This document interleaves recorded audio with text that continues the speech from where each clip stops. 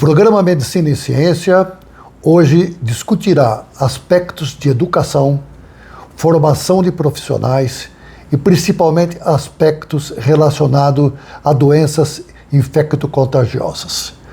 Discutirá inúmeros aspectos relacionados a como se faz pesquisa, resultados de pesquisa.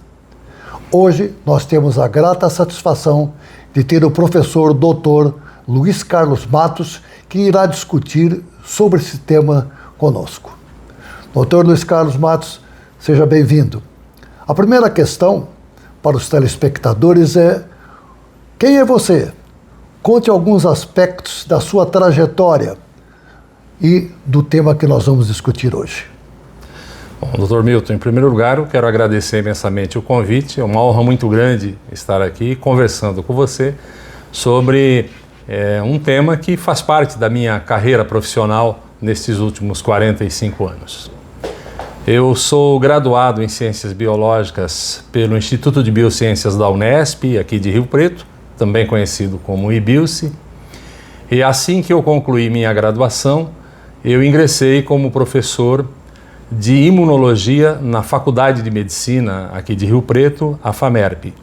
E desde então, a instituição me ofereceu a oportunidade de conduzir a minha formação acadêmica, inicialmente com o mestrado, depois o doutorado, pós-doutorado no exterior, até chegar à livre docência. A minha experiência, essencialmente na pesquisa, começou ainda na graduação. Já no segundo ano de graduação, eu comecei a trabalhar com um projeto de iniciação científica sob orientação do ilustre professor Paulo César Naum. E naquele período eu aprendi muito sobre ciência, muito sobre hemoglobinopatias, que era o foco da minha pesquisa. Depois que eu me graduei e entrei para a Faculdade de Medicina, depois de alguns anos eu já comecei o mestrado, também sob orientação do professor Paulo Naum, mas direcionando já a minha formação mais para a área de imunologia propriamente dita, que é um assunto que sempre atraiu muito a minha atenção desde a graduação. Muito bom. Conta mais alguns aspectos em relação àquela época de hemoglobinopatia. Teve algum aspecto que fez com que você estudasse hemoglobinopatia? Algum aspecto de resultados aqui da região? Poderia contar um pouco dessa história? Sim, com muito prazer. O que me interessou inicialmente durante a graduação a procurar o professor Naum e aprender alguma coisa mais sobre hemoglobinopatias é o fato de eu ser portador de talassemia. Poxa. Então esse ponto atraiu muito a minha atenção e o professor Naum me recebeu no seu laboratório e ali nós começamos um diálogo que acabou se transformando num projeto de iniciação científica e eu permaneci por 3 anos desenvolvendo esse projeto de pesquisa de iniciação científica.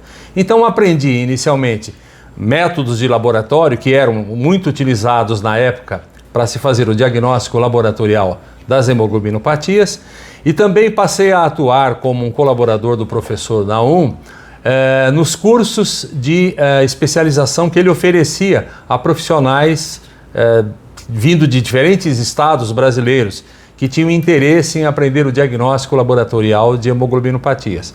E uma das pessoas que eu tive a honra de conhecer já no primeiro curso, que aconteceu em meados de 1980, foi você.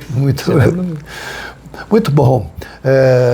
Professor, conta os aspectos que são importantes para telespectadores. O seu mestrado, como é que foi o seu mestrado? Bem, já tinha uma prévia experiência no estudo das hemoglobinopatias, mas eu percebi naquele momento, estou falando lá do início dos anos 80, que me atraía a atenção uma questão extremamente importante relacionada à transfusão de sangue. Os pacientes que são portadores das formas mais graves de hemoglobinopatias requerem transfusões de sangue periódicas para corrigir os níveis de hemoglobina no sangue. Obviamente que há o risco, em função da grande variabilidade de antígenos de grupos sanguíneos nos glóbulos vermelhos, há o risco de que alguns desses pacientes possam, ao longo do tempo, produzir anticorpos contra esses antígenos que caracterizam os glóbulos vermelhos, e esses tipos de anticorpos podem eventualmente inviabilizar a transfusão sanguínea no futuro. E esse assunto chamou muito a minha atenção.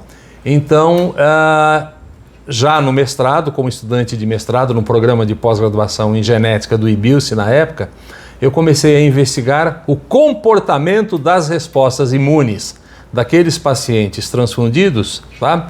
O que é que acontecia com eles do ponto de vista imunológico? Eles estavam produzindo anticorpos contra os antígenos de grupos sanguíneos ou não estavam? E nós fomos observar que aproximadamente 50% daqueles pacientes investigados naquela época, de fato, desenvolviam uma resposta imunológica contra os antígenos de grupos sanguíneos diferentes daqueles que eles carregavam, né, em suas hemácias. Tá. Então, na realidade, professor, para os telespectadores, está dizendo nada mais que as pessoas que têm alguns problemas podem ter determinadas respostas em relação à transfusão ou não, que são os seus grupos sanguíneos. Dá uma ideia para os telespectadores como é que são os grupos sanguíneos que existem. Como é que é isso? Explica. Claro que todas as pessoas sabem da área de biologia, mas o telespectador quer saber como é que é o antígeno, o que é o grupo sanguíneo. Tá. Bom, os sistemas de grupos sanguíneos, eles são essencialmente caracterizados pela expressão de algumas moléculas na membrana dos glóbulos vermelhos, que nós chamamos de antígenos eritrocitários. Essas moléculas têm composição química variável, mas basicamente elas são de dois tipos. São carboidratos e são proteínas. Então, para ilustrar essa questão, vamos usar como exemplo o sistema RH. O sistema RH, ele permite a classificação do sangue dos seres humanos em dois tipos, o RH positivo e o RH negativo. Se o indivíduo é RH negativo, ele não contém um fator que é uma proteína na hemácia, ela está ausente nele. Portanto, se eventualmente acontecer um erro transfusional e esse paciente RH negativo receber uma transfusão de um doador RH positivo, ele pode se sensibilizar, ou seja, ele pode produzir anticorpos contra esse antígeno que está ausente no corpo dele, e esse anticorpo pode eventualmente oferecer risco de reações hemolíticas transfusionais nas transfusões futuras. Muito bem. Do ponto de vista do telespectador, para ter uma ideia do aspecto de educação, a pessoa se forma, a pessoa cria uma especialização, a pessoa faz um mestrado. Quanto tempo leva para fazer um mestrado? Bom, eu sou da velha guarda. Na época em que eu entrei no programa de pós-graduação, nós tínhamos um tempo de 4 anos para fazer o mestrado, com possibilidade de prorrogação de mais um ano, caso houvesse necessidade. Hoje é um pouco diferente, porque os órgãos do governo federal que regulamentam e que fiscalizam a pós-graduação no Brasil reduziram esse tempo para 2 anos apenas. Obviamente, as condições para se desenvolver projetos de pesquisa hoje são relativamente muito mais fáceis em comparação com aquilo que acontecia há 40, 50 anos atrás. Tá? Para o doutorado, naquela época em que eu ainda estava iniciando a minha pós-graduação, o aluno poderia desenvolvê-lo em 6 anos. Depois, isso acabou se reduzindo atualmente para 4 anos. É preciso lembrar, é preciso que o telespectador lembre também do seguinte, que as condições de pesquisa há 45, 50 anos atrás eram muito diferentes daquelas de hoje.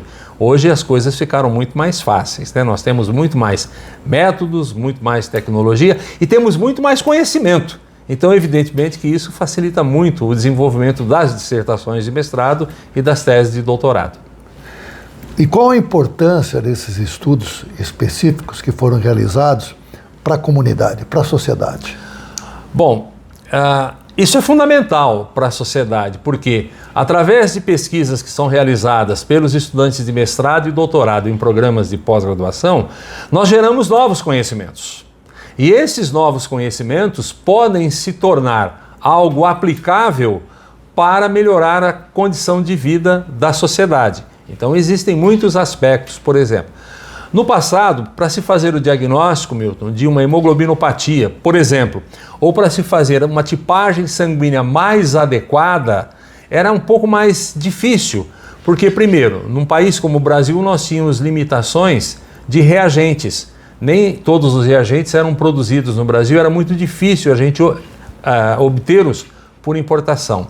Hoje isso ficou mais fácil. Então nós aprendemos também a desenvolver alguns tipos de reagentes aqui no Brasil. Hoje existem empresas que produzem reagentes de laboratório. Então isso facilitou muito o trabalho e também nos levou a conhecer muito mais particularidades dos sistemas de grupos sanguíneos do que nós conhecíamos, por exemplo, há 50 anos atrás. Quando eu comecei o meu mestrado, nós conhecíamos apenas 27 sistemas de grupos sanguíneos. Hoje nós conhecemos 48. Quer dizer, é o avanço da pesquisa, é o avanço da tecnologia que facilita o crescimento, que facilita a difusão do conhecimento que a gente gera por meio da pesquisa. Muito bom. Vamos dar um pequeno intervalo e logo o programa Medicina e Ciência volta com o professor Luiz Carlos Matos.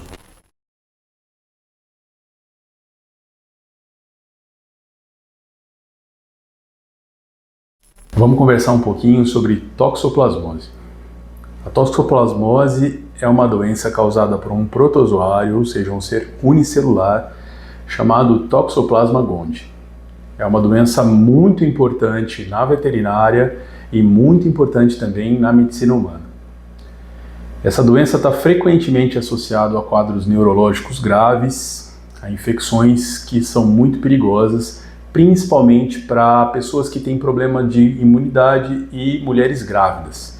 Então o assunto surge com uma importância quando a mulher engravida, e o médico geralmente faz ali a indicação para se livrar do gato. Então isso é uma preocupação frequente que está relacionada com o perigo do gato passar a toxoplasmose para a mulher grávida, ou para a pessoa, ou para outros animais. E aí, aqui a gente consegue fazer algumas explicações bem interessantes. O gato, ele vai ser um perigo se ele estiver doente, eliminando os cistos nas fezes. Então o gato tem que estar contaminado e a gente consegue verificar isso facilmente com o exame sorológico. Se ele teve contato ou se ele está manifestando a doença, a gente consegue fazer um exame e descobrir isso, a gente consegue tratar o gato e a gente também consegue separar o gato que é portador do gato não portador, e essa parte, a segurança, é a parte mais importante do processo. Então, como a gente consegue verificar, é muito interessante que você que tem gato peça para o seu veterinário fazer, olha, eu quero saber se o meu gato tem ou teve toxoplasmose. Mesmo porque, se ele apresentar uma convulsão ou um quadro neurológico qualquer, o diagnóstico diferencial que a gente tem que fazer é o de toxoplasma e neospora, que é uma parente próxima da toxoplasmose que também causam efeitos neurológicos. Falando um pouquinho da toxoplasmose, é interessante a gente falar que o gato é o único hospedeiro definitivo. O que significa isso? Que só no gato a toxoplasmose, os toxoplasmas gondii, lá, os protozoários, conseguem fazer a reprodução sexuada no intestino e liberar ovos, que a gente chama de oocistos, nas fezes, e esses ovos, eles são contaminantes dos ambientes. Então, se essas fezes tiverem contato com um açude, esse açude vai estar contaminado. Se alguém pegar a água desse açude para irrigar uma plantação de verduras, por exemplo, essas verduras vão estar contaminadas com ovos de toxoplasmose e isso é muito perigoso. Então aí a gente já está entrando na parte de cuidados e prevenção. Então, por que a gente não pode comer frutas e verduras mal lavadas e carne mal passada? Porque o protozoário, ele se aloja dentro dos tecidos, dentro da carne. E se essa carne não for cozida corretamente e a gente comer essa carne mal passada, a gente vai estar ingerindo esse protozoário vivo e esse protozoário vai ter a capacidade de contaminar e provocar a infecção na gente. Ele não consegue se reproduzir de forma sexuada, mas ele consegue se reproduzir na gente, somos hospedeiros intermediários, de forma assexuada e causar quadros de infecção por toxoplasmose. Geralmente esses quadros, em pessoas que têm a imunidade boa, eles causam os efeitos assim parecidos com o da gripe. Mas para as pessoas que tiverem problemas com imunidade, ele pode causar infecções sérias, podendo ser até fatais. Então, é uma doença que a gente toma muito cuidado, e os cuidados de higiene são principalmente para evitar de se contaminar com essa doença. Caso ela tenha sido identificada aí no teu animal ou mesmo num parente, num membro da família, ela pode ser tratada com antibióticos específicos e geralmente ela responde bem a tratamento. A toxoplasmose é uma doença que indica também o grau de controle sanitário daquela população. Então, para resumir os cuidados que a gente tem que ter no controle da toxoplasmose é não comer frutas e verduras mal lavadas ou de origem duvidosa. Se você achar que aquele alimento está vindo de um lugar que é duvidoso, se você não puder cozinhar aquele alimento, é melhor você não comer. Isso vale para carne também. Se você achar que aquela carne não tem o processo de rastreabilidade e segurança e inspeção adequados, o que você pode fazer para se proteger é cozinhar esses alimentos. O processo de cocção, né, ali o aquecimento, ele mata tanto os ovos quanto os protozoários e fazem aquele alimento ficar seguro para a ingestão humana.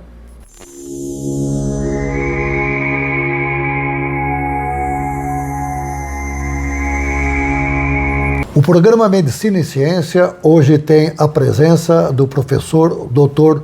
Luiz Carlos Matos.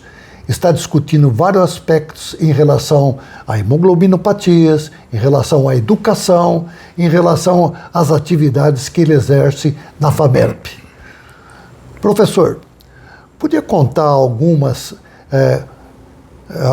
aspectos relacionados a resultados que tem sido feito ao longo do tempo na FAMERP? Tá. Bom, Milton, na FAMERP eu constituí um laboratório de pesquisa, que é o Laboratório de Imunogenética, vinculado ao Departamento de Doenças Dermatológicas, Infecciosas e Parasitárias. E o foco da nossa pesquisa tem sido essencialmente a imunogenética.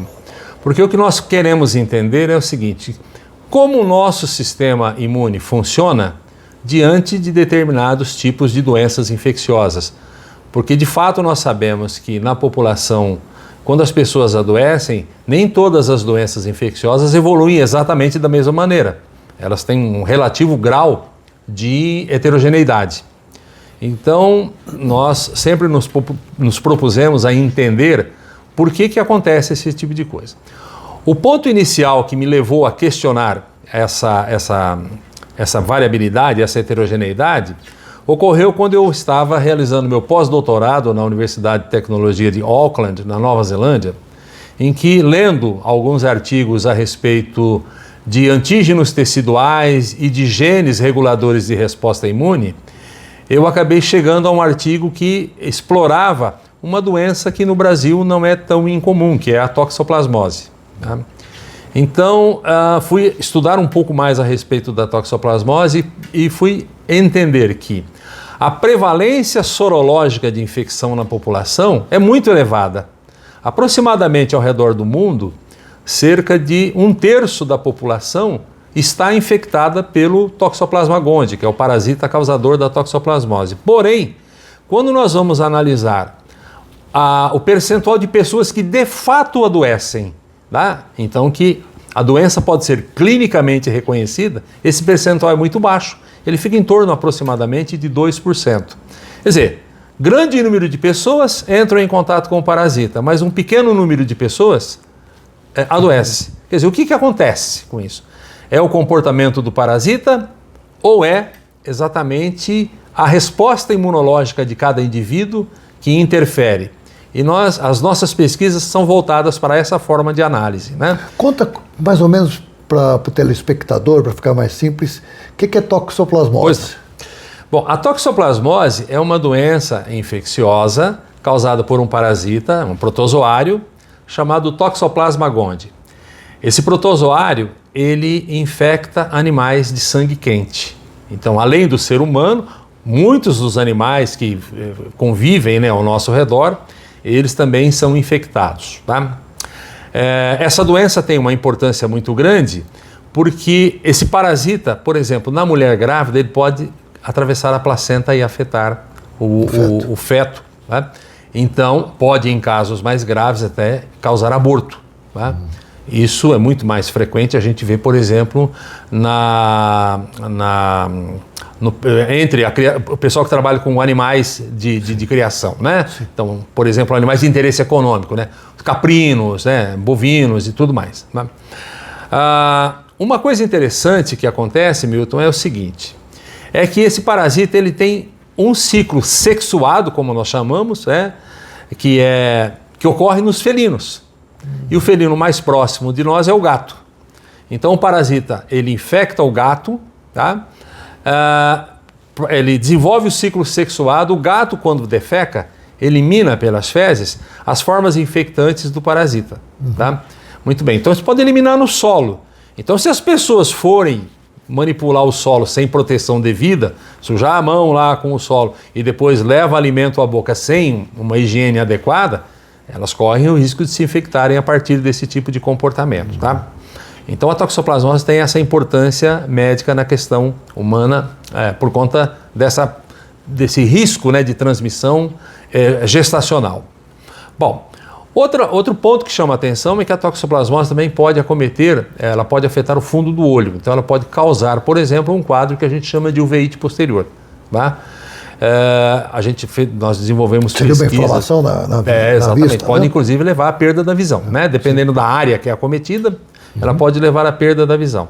Nós desenvolvemos então pesquisa aqui em Rio Preto, com pacientes aqui do ambulatório de oftalmologia do Hospital de Base, e nós vimos que um grande número de pacientes que têm lesão ocular, grande parte dessas lesões oculares, em torno mais ou menos de 27% a 30%, eram devidas ao Toxoplasma gondii, tá?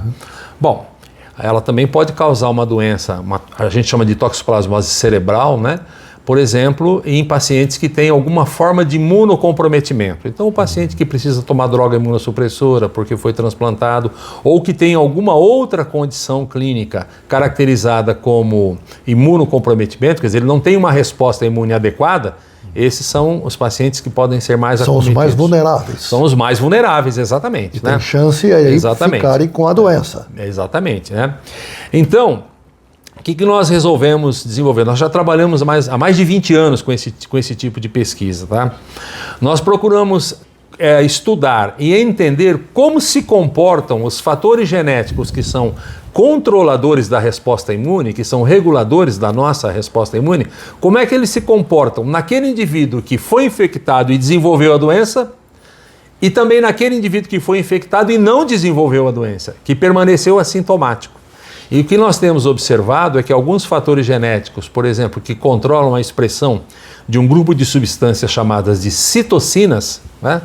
Algumas variações nos genes das citocinas são muito mais frequentes nos indivíduos que têm a doença em comparação com os que não têm a doença.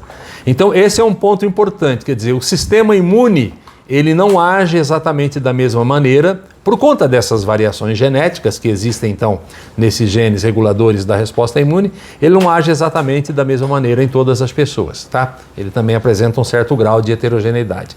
Esse é um ponto. Outro ponto, Milton, é que nós estamos trabalhando agora também, quem está até coordenando essa área é a professora Sinara Brandão, do laboratório, é o seguinte, é que o parasita também tem a sua diversidade genética. Assim como acontece com muitos outros, né? Você vê, dengue você tem 4 tipos de vírus, influenza tem um monte de vírus, certo? Claro. Tá? Também existe uma variabilidade genética muito grande no Toxoplasma gondii. Então, se o indivíduo se infecta por uma forma variante mais agressiva, ele tem uma tendência, tem um risco de ter uma doença, digamos, mais agressiva, evidentemente. Tá? Se ele se infectar por uma forma mais branda, né, ele pode eventualmente permanecer assintomático. Tá? E tem importância os transplantes a toxoplasma? Poxa, e como tem, né? Tem. Você vê, por exemplo, pacientes transplantados, eles precisam muitas vezes, principalmente pacientes que fazem transplante de órgão sólido, né? eles precisam muitas vezes usar drogas imunossupressoras. Quer dizer, são drogas que diminuem um pouco a reatividade imunológica para minimizar o risco de rejeição. E, eventualmente, se ele já está infectado, tá? Se ele já tem o parasita no seu corpo, né? Porque esse parasita, quando nos infecta, ele não sai mais do nosso corpo, ele fica no estado latente na grande maioria da população. Mas esses pacientes transplantados podem ter reativação do parasita e a doença pode acontecer. Então esse risco também existe. Muito bom. Vamos dar mais um pequeno intervalo e dar continuidade logo na sequência com o professor Dr. Luiz Carlos Matos. Toda semana, milhões de pessoas buscam respostas, orientação e informação confiável sobre saúde. E agora, elas terão um novo espaço para isso. Está chegando o Medicina e Ciência, um programa criado para conectar conhecimento, ciência e informação de qualidade à vida das pessoas. Toda semana, especialistas renomados, médicos, profissionais da saúde e convidados importantes estarão reunidos para discutir os temas mais atuais da medicina, da ciência e do bem-estar.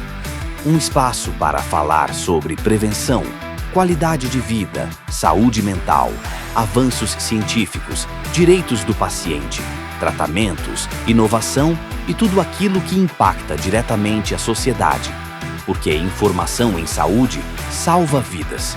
E compreender a ciência é aproximar as pessoas de decisões mais conscientes, humanas e seguras. Com entrevistas exclusivas, debates relevantes e conteúdos acessíveis, o Medicina e Ciência nasce com o propósito de informar, conscientizar e transformar. Toda terça-feira, às 11h40 da manhã, na TV Morada do Sol, alcançando toda a região noroeste paulista. Canal 43 em São José do Rio Preto.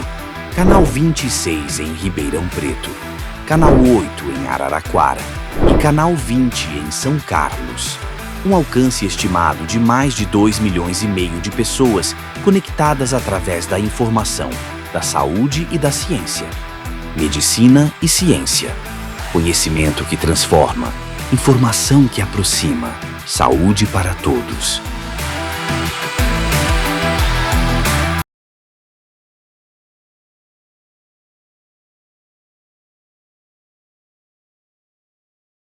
A toxoplasmose é uma infecção causada por um parasita chamado Toxoplasma gondii, muito conhecido mundialmente.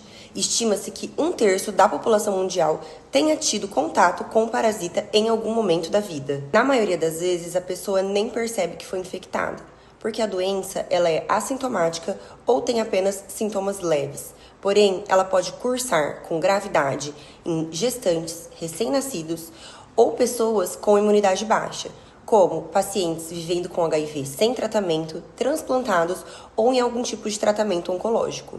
A transmissão ocorre principalmente através do consumo de água ou alimentos contaminados, como carne crua ou mal cozida, frutas e legumes mal lavados, ou através do solo contaminado. E acontece também a transmissão da mãe para o bebê durante a gestação. Quando ela manifesta sintomas, são muito similares de uma gripe, como febre, mal-estar, dores no corpo, aumento de gânglios, principalmente na região do pescoço, que na maioria das vezes melhora espontaneamente depois de algumas semanas. É importante lembrar que nem toda pessoa infectada vai precisar de tratamento. Na maioria das vezes, o próprio organismo consegue conter a infecção. O tratamento fica reservado para situações específicas.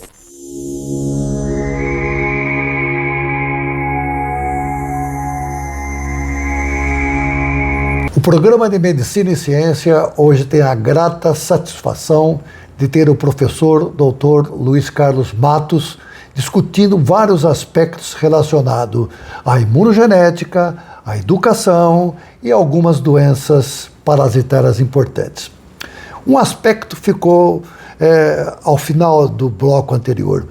Fale mais um pouco sobre a Toxoplasma gondii ou toxoplasmose e os gatos. Bom, o Toxoplasma gondii é um protozoário que infecta animais de sangue quente.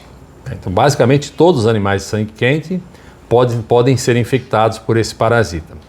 Esse parasita ele tem um ciclo biológico de reprodução que pode acontecer de duas formas. O que nós chamamos de ciclo sexuado, que ocorre nos felinos, tá? Então todos os felinos são os hospedeiros definitivos, como nós chamamos, né? O felino mais próximo da gente é o gato. Então é muito comum às vezes as pessoas dizerem que a toxoplasmose é a doença do gato, tá? Bom, o gato não é o vilão da história. A outra forma de reprodução desse parasita ocorre nos outros animais de sangue quente, inclusive no ser humano, tá? Inclusive em animais os quais nós utilizamos como fonte de alimento, tá? Como suínos, caprinos e assim por diante, tá? Bem, o gato não é um transmissor da toxoplasmose. O Toxoplasma gondii se reproduz no intestino do gato. O gato, quando defeca, elimina as formas infectantes no solo, tá? E nós podemos eventualmente nos contaminar se, por exemplo, essas formas infectantes que estão no solo, elas forem levadas para a água, né? Por exemplo, por chuva, né? Vai levado para a água. Então, se houver a contaminação da água, se houver a contaminação de alimentos, aí sim nós humanos podemos mais facilmente, embora também existam outras formas, nós podemos então adquirir a infecção por esse parasita. A gente não adquire diretamente do gato. Milton, nenhuma pessoa em sã consciência coloca fezes de gato na boca. Tá? Aí sim teria a chance de se infectar caso o animal também esteja infectado. Sim, claro. Porque os gatos adoecem, mas muito pouco da toxoplasmose. Eles assim como acontece com a maioria dos humanos, ele também permanece assintomático. Então, o que sempre a gente recomenda, e nós fomos aprendendo isso com as pesquisas feitas no passado, e as nossas pesquisas atuais também foram reforçando esse aspecto, é o seguinte: se, por exemplo, há uma mulher grávida, tá? E tem gato em casa, por favor, não maltrate o animal. Não bota o animal para fora. Ele não tem culpa disso.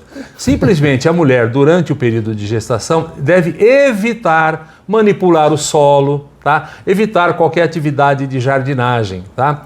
E se tem alguma suspeita com relação à água, basta ferver a água, porque o calor destrói as formas infectantes do parasita, tá?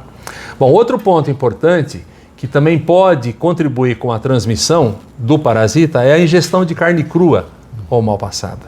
O que as nossas pesquisas feitas aqui na FAMERP nesses últimos anos mostraram que contato com o solo, tá? Onde há gatos, por exemplo, né? Ingestão de carne crua ou mal passada, ou eventualmente ingestão de água contaminada, ou frutas e verduras e legumes contaminados, né, lavados com água contaminada, essas são formas de aquisição da infecção. Existem outras formas muito mais raras, né, embora elas também possam ocorrer. Então, por favor, entendo que o gato não é o vilão da história. Ele é vítima do parasita tanto quanto nós. É que ao longo da evolução biológica, o Toxoplasma escolheu os felinos como sendo o hospedeiro definitivo para fazer a reprodução sexuada. E os outros animais de sangue quente, inclusive o humano, são seus hospedeiros intermediários. Professor, nessa sua experiência, que outros trabalhos a mais o senhor poderia contar? Ou toxoplasmose ou outros realizados no âmbito da FAMERP? Bom, a minha linha principal de pesquisa na Faculdade de Medicina, inclusive a linha a qual ela é explorada para a formação de recursos humanos na área de saúde, né? Então, mestrandos, doutorandos, pós-doutorandos, é a linha chamada imunogenética. É uma linha de pesquisa que funde tanto o conhecimento da genética principalmente agora da genética molecular, né? Com a imunologia, com o estudo do sistema imune. Então, essa linha que já existe há décadas, né, no mundo todo, ela permite que a gente possa entender como se comporta o nosso sistema imune diante de diferentes situações. Então nós já investigamos nos nossos trabalhos e publicamos isso em revistas especializadas, por exemplo, fatores genéticos que influenciam resposta imune em pacientes que têm doenças autoimunes, em pacientes que têm doenças alérgicas, em pacientes que têm doenças infecciosas como a toxoplasmose, em pacientes com doença de Chagas, Tá? E o que nós temos visto é que, de fato, variações genéticas que influenciam a nossa resposta imune, tanto aquela que nós chamamos de resposta imune inata, quanto resposta imune adaptativa, essas variações genéticas podem tornar alguns indivíduos mais suscetíveis ou mais resistentes a determinadas doenças, como, por exemplo, a toxoplasmose, Chagas e outras mais. E como descobrir quem é mais susceptível? Pois é. A maneira da gente saber quem tem o fator de maior ou de menor suscetibilidade reside essencialmente na pesquisa. É por meio da pesquisa, é por meio da investigação que nós conseguimos encontrar essas evidências, tá? Diga para os telespectadores, eu tenho certeza que tem alunos interessados, vários pais ou pessoas que querem dar suporte para a evolução das várias pessoas. Quem é que apoia essas pesquisas que você faz? Bom, essas pesquisas que nós conduzimos aqui na Faculdade de Medicina de Rio Preto, elas sempre são voltadas para gerar conhecimento, para gerar novas informações que possam chegar ao conhecimento da sociedade e a sociedade poder usar para se proteger de determinadas doenças, né, conhecimentos gerados por pesquisa. Pelas nossas aqui de Rio Preto, bem como pesquisas feitas em outras universidades e outros institutos de pesquisa. Mas quem financia a nossa pesquisa? É o cidadão, é o seu telespectador. Porque aqui no estado de São Paulo nós temos a maior agência de fomento à pesquisa, que é a FAPESP, que é uma fundação que foi criada lá na década de 50 e oficializada no início da década de 60, ela obtém recursos a partir do ICMS arrecadado, né, de toda a atividade comercial, e parte desses recursos, parte desse recurso de ICMS, isso vem para compor o orçamento da FAPESP e ela financia nossas pesquisas por meio de projetos. Então nós temos que submeter projetos de pesquisa à FAPESP. Se o projeto for aprovado, nós então adquirimos recursos financeiros para comprar equipamento, para comprar reagente e importar equipamento e reagente que não são produzidos no Brasil. Tá? Essa é uma das agências. A outra agência que também financia nossas pesquisas é o CNPq, o Conselho Nacional de Desenvolvimento Científico e Tecnológico do Governo Federal. Nós também submetemos projetos de pesquisa ao CNPq e quando os projetos são aprovados, também obtemos recursos do governo federal. Então, de fato, todo recurso para pesquisa que é oferecido por meio dessas agências de fomento, eles vêm de onde? Ele vem dos impostos que os seus telespectadores pagam, os impostos que o cidadão paga. Então, é isso que sustenta a pesquisa, é isso que sustenta a geração de conhecimento e esse conhecimento sempre acaba sendo revertido em benefício da sociedade. Muito bom. Dizem que um determinado conhecimento, para ser absorvido para a prática usual, digamos, uma prática clínica, leva 20 anos. Sim. E para chegar para a atividade pública, mais 20 anos. Isso é verdade? De certa forma, sim, né? No entanto, hoje é muito mais fácil a gente divulgar para a sociedade o conhecimento científico, porque até há alguns anos, basicamente, os meios de divulgação do conhecimento científico eram essencialmente as revistas científicas. Hoje nós podemos divulgar ciência de qualidade com informação gerada por profissionais altamente capacitados, tá? Por meio das redes sociais. Tá? E por meio de programas. E por meio de programas. Então, evidentemente que tudo isso é fundamental para que a sociedade tenha acesso ao conhecimento. Agora, é bem verdade que muitas vezes o conhecimento adquirido nesse momento por uma pesquisa, ele não é imediatamente transformado em algo prático que se possa aplicar na medicina, na cura de uma doença, no tratamento. O conhecimento gerado hoje pode ser aquele tijolinho que vai dar sustentação para a base de um novo conhecimento que vem e vai se colocar acima desse e assim sucessivamente. Então daqui a 10 anos, talvez a 20 anos, isso se torne, por exemplo, uma atividade de aplicação em benefício da saúde. Só para você ter uma ideia, por exemplo, tá? A questão das vacinas de RNA, né? A tecnologia para produzir vacinas para COVID, que foi usada para COVID agora, né? Que foi inclusive assunto de muita polêmica, de muito debate, absolutamente debates desnecessários. Essa tecnologia, ela não começou a ser desenvolvida em 2020. Essa tecnologia existia 25, 30 anos atrás. O que nós não tivemos foi uma pandemia que obrigasse, né, o emprego dessa tecnologia para se produzir, por exemplo, vacinas que ajudaram a prevenir, a imunizar milhões e milhões de pessoas ao redor do mundo, né? Tá? Fazendo com que o número de mortes caísse drasticamente. Aproveitando o ensejo, fale bem sobre a vacina. Qual é a sua opinião sobre as vacinas? Porque existe o anti-vax. No sentido que cada vez mais as pessoas têm medo do uso de vacinas. Dá a sua opinião. Bom, eu sou totalmente favorável à vacina e é pouco provável que alguém vai encontrar um imunologista que não apoie vacina, né? Devem existir, mas que não apoiem vacina é muito pouco provável. Bom, existe um aspecto importante que os seus telespectadores devem saber, que é o seguinte. Muita gente, durante o período da pandemia, questionou, poxa, eu não vou tomar vacina porque eu passo mal, porque eu tenho reação, porque eu tenho isso e aquilo.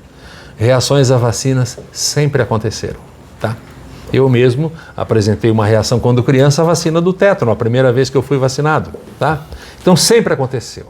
Agora, nós nunca tivemos, Milton, pelo menos na nossa existência, da nossa geração, né? Existência da nossa geração, nós nunca tivemos anteriormente um quadro pandêmico que obrigou a vacinar milhões e milhões de pessoas ao redor do mundo num espaço curto de tempo. Então, aumentou o número de pessoas vacinadas, obviamente que o número de pessoas que tiveram uma ou outra reação, tiveram febre, um mal-estar, uma dor no local da aplicação, esse número também aumentou, tá? Mas por conta dessa necessidade imensa de se vacinar o maior número de pessoas possíveis. Então eu sou favorável sempre ao uso de vacinas. E vou te dar um exemplo. Na Inglaterra, por exemplo, esse movimento anti-vax começou mais cedo do que no Brasil, tá? A Inglaterra praticamente não tinha registro de casos de sarampo. Eles tiveram, durante um período mais ou menos de um ano, só na região de Londres, mais de 700 casos de sarampo. Por quê? As mães adeptas dessa filosofia anti-vax, simplesmente não vacinaram seus filhos, mas a vacina estava disponível. Aqui no estado de São Paulo nós tivemos também um grande número de casos de sarampo em crianças, porque as crianças não foram vacinadas. As mães não levaram as crianças ao posto de saúde para vacinar. Só que a vacina de sarampo é disponível, né, para a população no posto de saúde. Faz parte do calendário de vacinações do Ministério da Saúde. Então, eu defendo a ideia de que não se deve deixar, nunca deixe de vacinar crianças, adultos e inclusive idosos. É necessário vacinar, por exemplo, contra a gripe, contra o vírus sincicial respiratório, contra a herpes zoster. Está comprovado que a vacina sempre tem muito mais benefício do que prejuízo. Muito bom. Mais uma questão agora, muito mais aspecto de educação. Conte qual é a sua ação na FAEP, da Faculdade de Medicina de Rio Preto. O que é isso e qual é a sua atuação nessa área que interfere na educação, interfere na pesquisa? Eu comecei como professor, né, na Faculdade de Medicina. Depois de 5 anos eu comecei como professor e já atuava na pesquisa junto com o professor na UNO e BIOS. Depois de 5 anos que eu estava na faculdade como professor, eu comecei a participar de atividades administrativas. Primeiro fui eleito subchefe de departamento, depois chefe de departamento e a partir daí eu não parei mais. Então eu sempre estive envolvido com a administração da instituição, né, com a gestão. Eu ocupei cargo de diretor adjunto de administração na gestão do Dr. Humberto Litsky. Eu ocupei o cargo de diretor adjunto de pesquisa na gestão do Dr. Francisco Cury. Ocupei o cargo de diretor financeiro da FAEP e atualmente eu sou o diretor executivo da FAEP, que é a Fundação de Apoio ao Ensino, à Pesquisa e à Extensão de Serviços à Comunidade. É uma fundação da FAMERP, tá? Então, ela oferece cursos de pós-graduação lato sensu E os recursos que são angariados são investidos na FAMERP. É uma fundação que foi criada exatamente para dar esse suporte para a FAMERP. E quais são as perspectivas futuras, não só da FAEP, como suas na área de pesquisa e ensino? Bom, eu gosto muito da área de pesquisa e ensino e também da gestão, né? Então eu atuo exatamente nessas três frentes. Eu diria para você o seguinte, como eu já faço parte daquela geração que já tem, digamos, algumas décadas de vida, né? Eu já pretendo daqui até mais ou menos uns 3 ou 4 anos desacelerar a atividade administrativa, mas continuar com a atividade de ensino e pesquisa. Quer dizer, continuar ministrando aula, ministrando cursos, palestras e também continuar com a pesquisa, formando recursos humanos, desde o estudante de iniciação científica até o mestrando, o doutorando, o pós-doutorando, porque, enfim, eu encontrei o meu caminho exatamente na ciência. E aí eu pretendo continuar enquanto for possível, enquanto tiver saúde física e mental para esse tipo de atividade. Este é o professor Luiz Carlos Matos, falando sobre aspectos que são extremamente importantes para a população e para todos.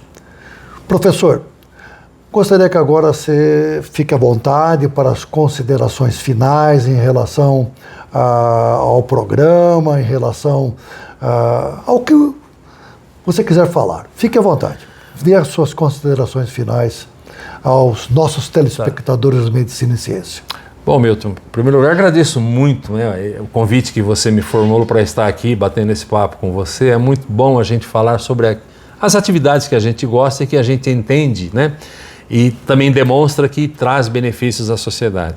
Acho que um ponto fundamental para toda a sociedade é o acesso ao conhecimento. Então nós que somos professores e pesquisadores de uma instituição como a FAMERP, assim como das outras universidades, nós temos a obrigação de levar a informação à sociedade. Quem nos custeia, tanto na pesquisa quanto na parte salarial e outras atividades, mas sempre é a sociedade. Então nós temos a obrigação de gerar conhecimentos e levar esse conhecimento, ou seja, retribuir à sociedade, né, todo o financiamento, todo o esforço que ela faz para poder dar suporte para que a gente possa se manter ativo na universidade, nos institutos de pesquisa, sempre gerando novos conhecimentos. Tá? Então a sociedade precisa ter acesso ao conhecimento e a universidade e os institutos de pesquisa não podem se furtar.